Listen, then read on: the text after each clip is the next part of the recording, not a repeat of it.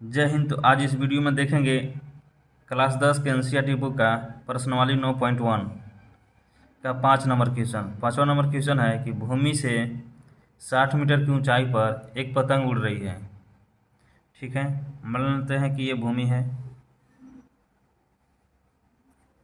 अब इसे 60 मीटर ऊंचाई पर एक पतंग उड़ रहा है, ये भूमि मान लिए।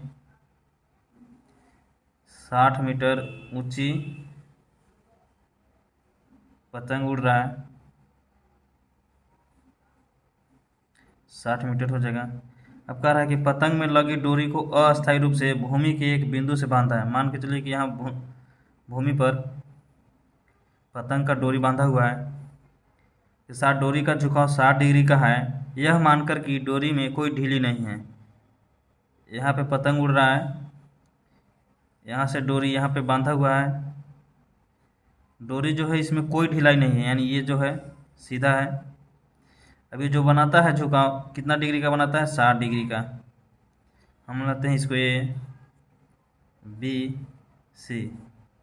यदि हम पतंग की ऊंचाई नापेंगे तो सीधा ही नापेंगे, तिरछे नहीं नापते हैं ऊंचाई ना। किसी का भी ऊंचाई नापते हैं तो सीधा ही नापते हैं। तो यहाँ क्या दिया हुआ है, बी सी बराबर 60 मीटर है। और हमको क्या पूछ रहा है, डोरी की लंबाई पूछ रहा है, यानी ए सी हमको पूछ रहा है, डोरी की लंबाई यही हो गया। चलिए देखते हैं, बनाते हैं। जो कोण है उसके सामने वाली भुजा क्या होती है, लंब कहलाता है। और 90 डिग्री के सामने वाली भुजा कर्ण कहलाता है, यानी एच कहलाता है।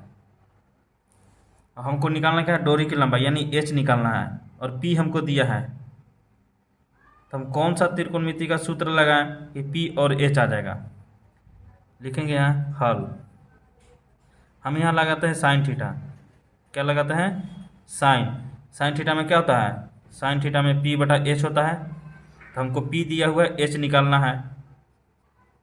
तो चलिए इसको लगाते हैं, लिखेंगे साइन थीटा की जगह कितना लिखेंगे, 60 डिग्री बराबर में पी बटा एच, यानी पी कितना हो जाएगा बी सी और एच हो जाएगा ए सी।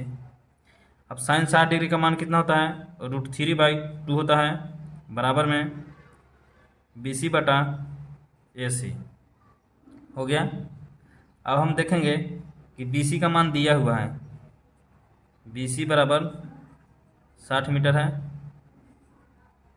लिखेंगे √3/2 बराबर में बी सी का मान दिया हुआ है 60 बटा में ए सी। अब यहाँ बराबर है तो गुना हो जाएगा, 2 से 60 में गुना हो जाएगा, और √3 से ए सी में गुना हो जाएगा। तो हो जाएगा √3 ए सी बराबर में 60 दूना 120। अब लिखेंगे ए सी बराबर 120 बटा √3।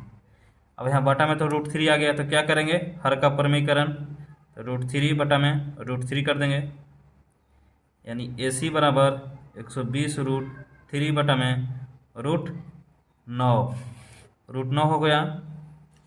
अब हम यहाँ लिखेंगे ए सी बराबर 120 √3, √9 को क्या लिख सकते हैं, 3 लिख सकते हैं, लिख देंगे 3।